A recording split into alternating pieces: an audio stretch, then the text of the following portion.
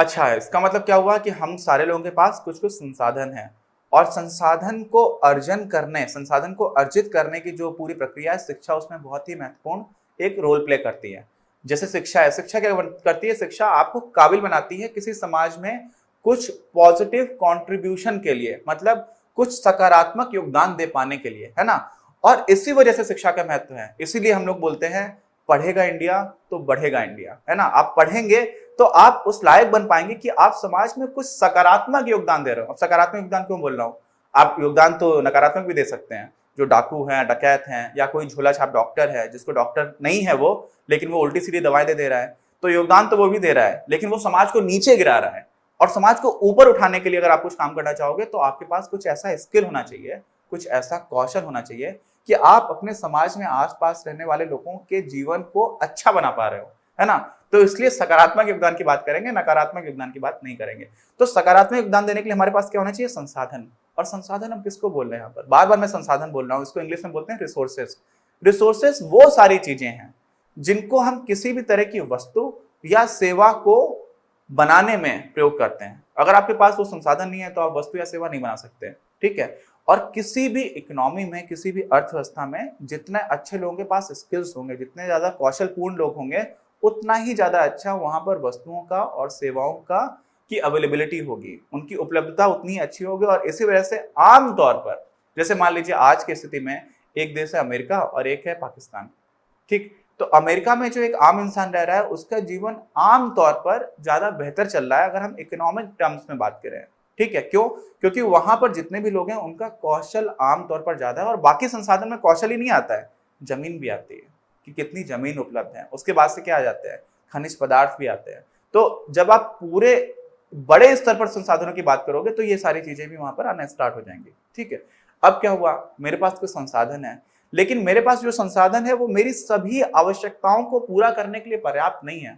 मैं एक अध्यापक हूं, मैं क्या कर सकता हूं? मैं पढ़ा सकता हूं, और इस पढ़ाने के बदले जैसे भी मैं पैसे कमा पा रहा हूं, ठीक, उन पैसों से मैं बहुत सारी ऐसी आवश्यकताएं पूरी करूंगा जो अन्यथा मुझे पूरी करना आता ही नहीं है। जैसे मान लीजिए एक छोटा सा उदाहरण देता हूं। आज एक माचिस की डिब्बी है, 1 रुपए की मिलती है। मैं माचिस की डिब्बी बनाने की मेरे पास काबिलियत है ही नहीं, और सोचिए मुझे 1 रुपए में मिल जाती है ना। आज मैं देखता हूँ गांव में भी लोग ट्यूशन पढ़ाते हैं, 200 रुपए या 300 रुपए प्रति माह ले लेते हैं उसके लिए। और वो अध्यापक भी अपना एक चीज दे रहा है जो उसके पास संसाधन है। उसके पास संसाधन क्या है? उसका कौशल है पढ़ाने का। और उस संसाधन के बदले वो 200 माचिस की डिब्बी खरीद सकता है, जो शायद वो बना ही ना पाए, कभी ना बना पाए। तो इसी वजह से होता क्या है कि हम लोग अपने संसाधन का प्रयोग कुछ एक काम करने में करते हैं जिसको हम अच्छा कर पा रहे हैं, और उससे जो भी हमें रिटर्न में मिला, जो पैसे मिले, उनसे हम बाकी बहुत सारी ऐसी वस्तुएं खरीदते हैं जिनकी हमको आवश्यकता लग रही होती है।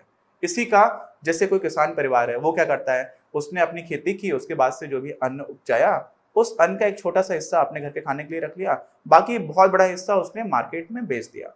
मंडियां होती हैं जहां पर जाकर के वो बेच देते हैं। अब क्या होता है? जब मंडी में आपने एक बार वो सामान बेच दिया, उसके बाद आपको मिल गए पैसे। अब किसान है, उसके घर में बच्चे पढ़ रहे हैं, तो उनके स्कूल की फीस देना, उनकी कॉपी किताब खरीदना, उसके बाद से बच्चों के लिए कपड़े खरीदना, कोई त्योहार है तो त्योहार के लिए तैयारी करना, ये सारे खर्चे वो कहां से कर पाता है? अपना एक काम करके। तो नॉर्मली हम लोग के समाज में देखा क्या जाता है कि लोग अपना अपना काम कर रहे हैं, और बाकी जो कुछ भी आपको चाहिए वो कोई और कर रहा है, और कोई और जो कर रहा है उसको आप कैसे कुछ दे पाते हो? आप पैसों के बदले दे पाते हो। तो सब लोग अपना अपना काम कर रहे हैं अपने संसाधनों का प्रयोग करके। और यहाँ पर जो महत्वपूर्ण बात आती है वो एक और बहुत ही इंटरेस्टिंग एस्पेक्ट है, वो समझने की कोशिश करिएगा आप। एक है गांव और एक है शहर। गांव में क्या होता था? मेरे जो पुरानी पीढ़ियां रही हैं उसमें क्या रहते थे? सब लोग गांव में रहा करते थे। तो गांव में जो कुछ भी काम हो रहा है, खेती भी वही कर रहे हैं, गाय या जो भी जानवर है घर पे उसका भी चारा भी वही लेकर के आ रहे हैं। तो एक इंसान बहुत तरह के काम करता था, बहुत सारे काम करता था, लेकिन उसके बाद भी आमतौर पर आर्थिक स्थिति से जिन वस्तुओं का प्रयोग वो लोग करते थे वो बहुत कम होती थी। और ये देखा गया इकोनॉमिक्स में कि जब लोग अलग अलग तरह के काम कर रहे होते हैं, सारे लोग हैं, बहुत सारे लोग अलग अलग तरह के काम कर रहे हैं, तो उन अलग अलग तरह के कामों की वजह से किसी भी अर्थव्यवस्था में मौजूद वस्तुओं की और सेवाओं की जो उपलब्धता है वो बढ़ती चली जाती है। और इस वजह से इसको स्पेशलाइजेशन कहते हैं कि आप एक काम बहुत अच्छा करने लग गए। और गांव में और शहर में मुख्य अंतर यही होता है। पहला अंतर तो ये है कि शहर उसको कहते हैं जहां पर मुख्य आर्थिक गतिविधि खेती ना हो, ठीक है, या खेती से डायरेक्टली जुड़ी हुई ना हो। और गांव क्या होता है, जहाँ पर मुख्य आर्थिक गतिविधि खेती होती है। दूसरा अंतर क्या होता है, गांव में अभी भी उतना स्पेशलाइजेशन नहीं है, हर आदमी बहुत सारे तरह का काम कर रहा होता है। लेकिन शहर में आप देखेंगे एक आदमी, एक डॉक्टर, वो और कुछ नहीं करता, वो क्या करता है, वो अपना काम करता है, मरीजों को देखता है बस। और उसके बाद भी उसकी जो आर्थिक स्थिति है, उसका जीवन यापन का जो स्टैंडर्ड है, वो आमतौर पर अच्छा देखा जाता है।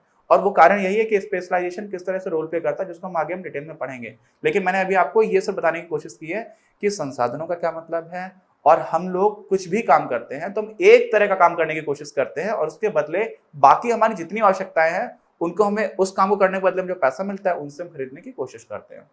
तो अभी तक हम लोगों ने जो भी बात की है उससे हमें ये समझ में आ गया कि संसाधन किसी भी व्यक्ति के पास सीमित होते हैं और उसकी आवश्यकताएं असीमित होती हैं। सामाजिक स्तर पर भी हमारा यही अजम्पशन आगे बढ़ता रहता है। अजम्पशन क्यों है? क्योंकि हम समाज में सारे लोगों को एक तरह से नहीं नाप सकते हैं। कई लोग ऐसा बोलेंगे कि नहीं नहीं मुझे जरूरत ही नहीं है। लेकिन जब हम अर्थव्यवस्था की बात करते हैं तो वहां पर हमें दिखता भी है। आर्थिक पैरामीटर्स की जब बात करते हैं, पैरामीटर्स क्या होते हैं? ऐसे मापक, ऐसे सूचक जिनसे हमें समझ में आ रहा है कि चीजें कैसे चल रही हैं, है ना।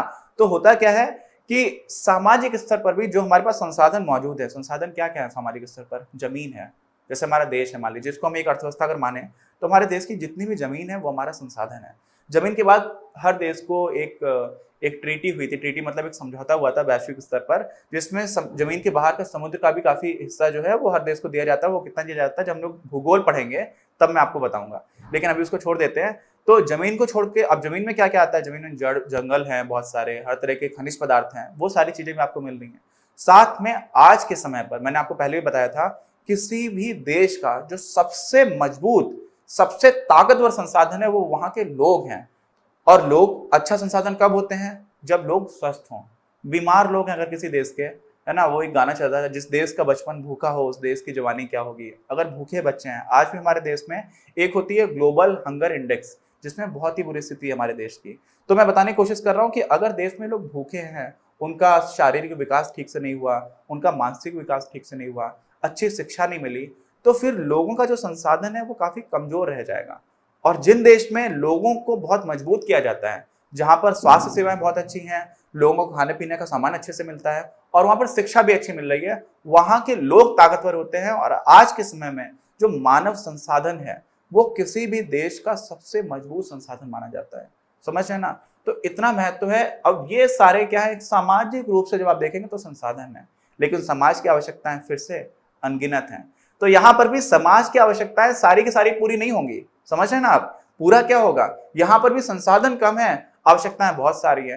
तो अब जो सबसे बड़ा प्रश्न आता है वो ये आता है कि समाज कौन कौन सी आवश्यकताएं पूरी करे।